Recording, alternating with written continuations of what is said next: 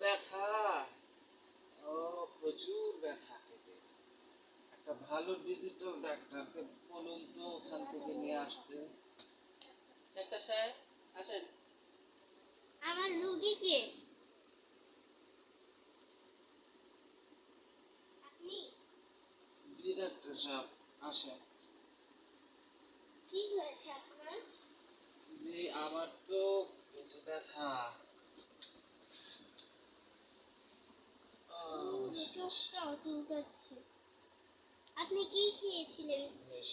আপনি কি খেয়েছিলেন ইফতারিতে? ডাক্তার সাহেব অনেক ব্যথা পেটে। কি খেয়েছিলেন ইফতারিতে?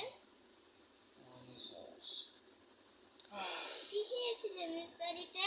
আমি ইফতারিতে তো খেয়েছিলাম অনেক কিছু ডাক্তার সাহেব।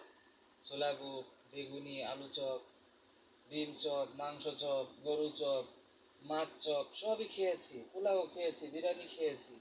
তাই সামান্য একটু খেয়েছি, বুঝেছেন তো আমার পেটে ব্যথা। বাপরে, আপনি এত কিছু খেয়েছেন, এই জন্যই তো আপনার পেটে এরকম সমস্যা। ডাক্তার সাহেব কি করবো, নিঃশ্বাস নিব? না, জরুরি বলতে। আয়, চলে যাবে না, ব্যথা চলে যাও না। ডাক্তার সাহেব এখন কি খাবো আমি, বলেন কেমনে? আপনি জি চিংড়ি চিংড়ি মাছ খাবেন না, ইলিশ মাছ খাবেন না, রুই মাছ খাবেন না, তেলাপিয়া খাবেন না, কিচ্ছু খাবেন না। ভাত খাবেন না, রুটি খাবেন না, ভাত খাবেন না, রুটি খাবেন না, মুড়ি খাবেন না, কিচ্ছু খাবেন না। ডাক্তার সাহেব পিঠা খাবেন না। তাহলে আমি কি খাবো? 1 গ্রাম ওষুধ খাবেন, 1 গ্রাম ওষুধ। এই 1 গ্রাম ওষুধ খেলে কি আমার পেটের ব্যথা চলে যাবে ডাক্তার সাহেব? হ্যাঁ।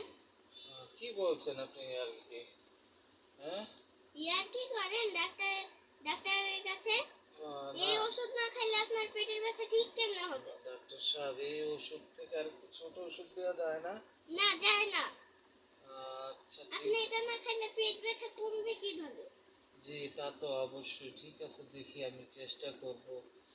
আপনারা কেউ রোজা রেখে এতগুলা কখনো খাবেন না, খেলে আমার পেটের মতো দশা হবে, বুঝেছেন?